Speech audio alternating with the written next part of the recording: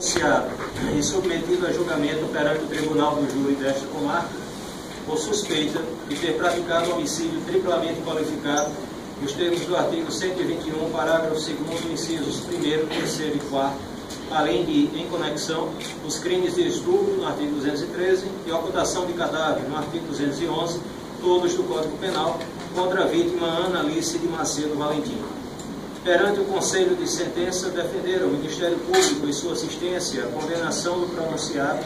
tendo a respectiva defesa se esmerado em defender a tese negativa de autoria. Usando da réplica, Ministério Público e sua assistência rebateram pontos da defesa,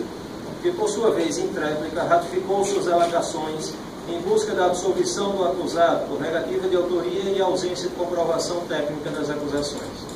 Na votação, os jurados, por maioria, rejeitaram as teses das defesas, acatando a tese ministerial, condenando-o pela prática de homicídio qualificado pelo motivo torpe, por ter sido praticado de forma insidiosa ou cruel e de maneira a dificultar ou impossibilitar a defesa da vítima, reconhecendo ainda em conexão a prática do crime de estupro e de ocultação do cadáver, bem como reconhecendo a presença de circunstâncias agravantes em todos os delitos e de circunstâncias atenuantes no crime de estupro. Relatado, passo a decidir. Como já mencionado, o Conselho de Sentença acatou a tese ministerial condenando o réu pela prática de todos os delitos pelos quais foi pronunciado. Assim sendo, observando o mandamento constitucional da soberania dos veredictos do Conselho de Sentença, o acusado Leônio Barbosa de Arruda foi condenado pela prática de homicídio triplamente qualificado, previsto no artigo 121, parágrafo 2º, incisos 1º, 3º e 4º do Código Penal, bem como nas penas do artigo 213 e do artigo 211, todos do Código Penal. Na aplicação da pena do crime de homicídio, atento à culpabilidade, que demonstra ter o apenado se exacerbado na prática da conduta delitiva,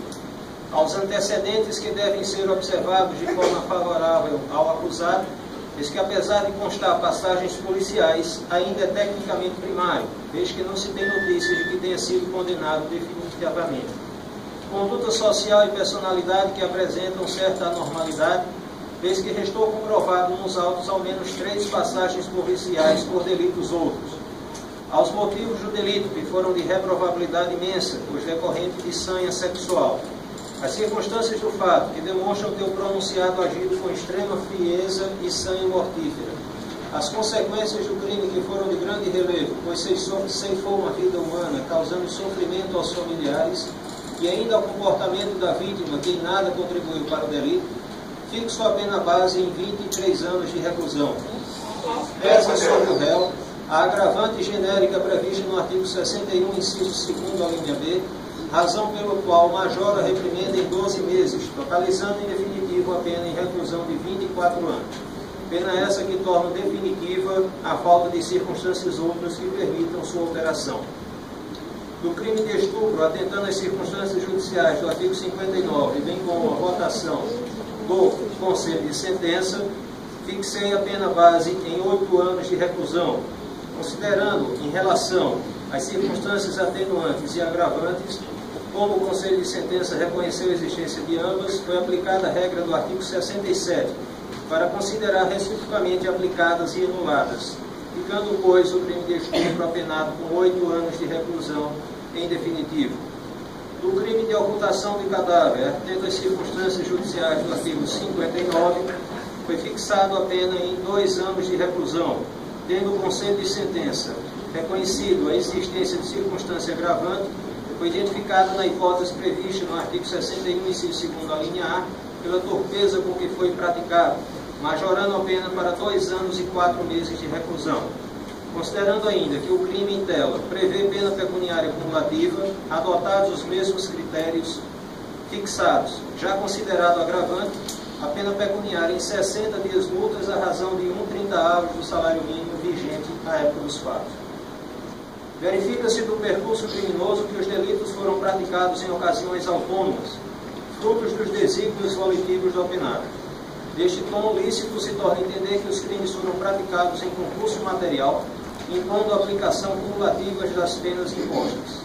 Assim, observando o comando do artigo 69 do Código Penal, ficam as penas totalizadas em 34 anos e 4 meses de reclusão, acrescidos de 60 dias multas, à razão já mencionada, deverão ser cumpridas em regime fechado, nos termos do que determina o artigo 2º, parágrafo 1º da Lei de Crimes Hediondos, a ser cumprida no presídio, onde se encontra o apenado ou outro a critério do juízo das execuções penais daquela comarca. Consta dos autos informações que o apenado é dotado de elevada periculosidade, já tendo inclusive fugido de presídio desta região, onde estava provisoriamente recolhido. Assim demonstra o apenado que sua liberdade poderá causar danos à aplicação da lei penal, ocorrendo, pois, a presença dos requisitos do artigo 312 do Código de Processo Penal. Por esse motivo, nego ao réu o direito de aguardar o trânsito em julgado em liberdade.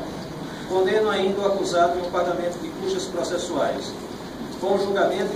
determino a remessa da arma à toda a Corregedoria da Justiça por intermédio da assessoria militar. Transitado